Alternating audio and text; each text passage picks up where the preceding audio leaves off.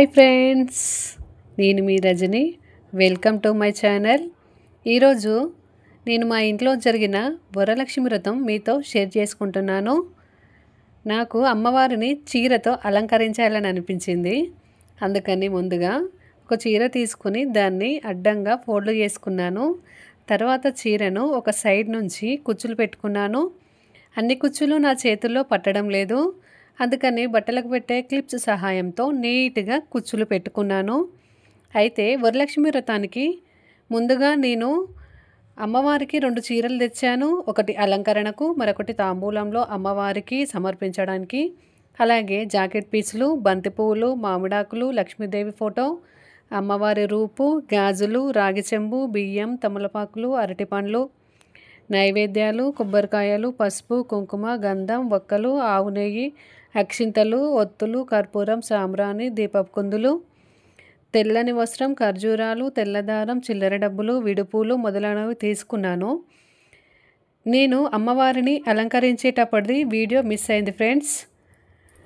మా పూజా రూమ్ అయితే కొంచెం చిన్నగానే ఉంటుంది. అయినా సరే నేను అమ్మవారిని అక్కడే సిద్ధం చేసుకొని వరలక్ష్మి వ్రతాన్ని కూడా అక్కడే చేసుకున్నాను. అమ్మవారికి నైవేద్యంగా పరమాన్నం, పులిహోర, పచ్చిశనగలు, అరటిపండ్లు, స్వీట్ బాక్స్ పెట్టాను.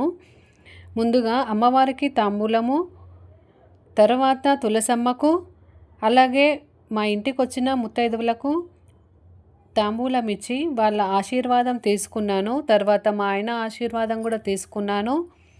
వారిని ఇలా అలంకరించడం ఇదే ఫస్ట్ టైము. అయినా సరే బాగానే కుదిరింది. అమ్మవారికి చీర కట్టి పూజించడం నాకు చాలా సంతోషంగా ఉంది.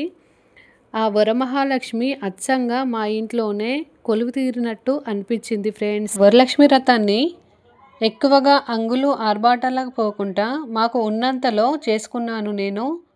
అమ్మవారిని పూజించాలంటే మనకు కావాల్సింది భక్తి శ్రద్ధలతో చేయగల నిండు మనసుతో మనము ఏది చేసినా కానీ అమ్మవారి ఆశీస్సులు మనపై ఎప్పుడూ ఉంటాయండి. సాయంకాల సమయములో సంధ్యాదీపారాధనలో వచ్చును తల్లి వరలక్ష్మి, వచ్చును తల్లి మహాలక్ష్మి. కాళ్ళకు గజ్జలు కట్టింది, మెడలో హారం వేసింది, పిలిచిన వెంటనే పలికింది, అడిగినదంతా ఇచ్చింది. అందరూ చేరి రండి, మల్లెలు మాలలు తేరండి, దేవికి అర్పణ చేయండి, దేవి రూపము చూడండి. ధనములనిచ్చును ధనలక్ష్మి, ధాన్యములిచ్చును ధాన్యలక్ష్మి, వరములనిచ్చును వరలక్ష్మి, సంతానమిచ్చును సంతానలక్ష్మి. సాయంకాలం సమయములో సంధ్యాదీపారాధనలో వచ్చును తల్లి వరలక్ష్మి, వచ్చును తల్లి మహాలక్ష్మి.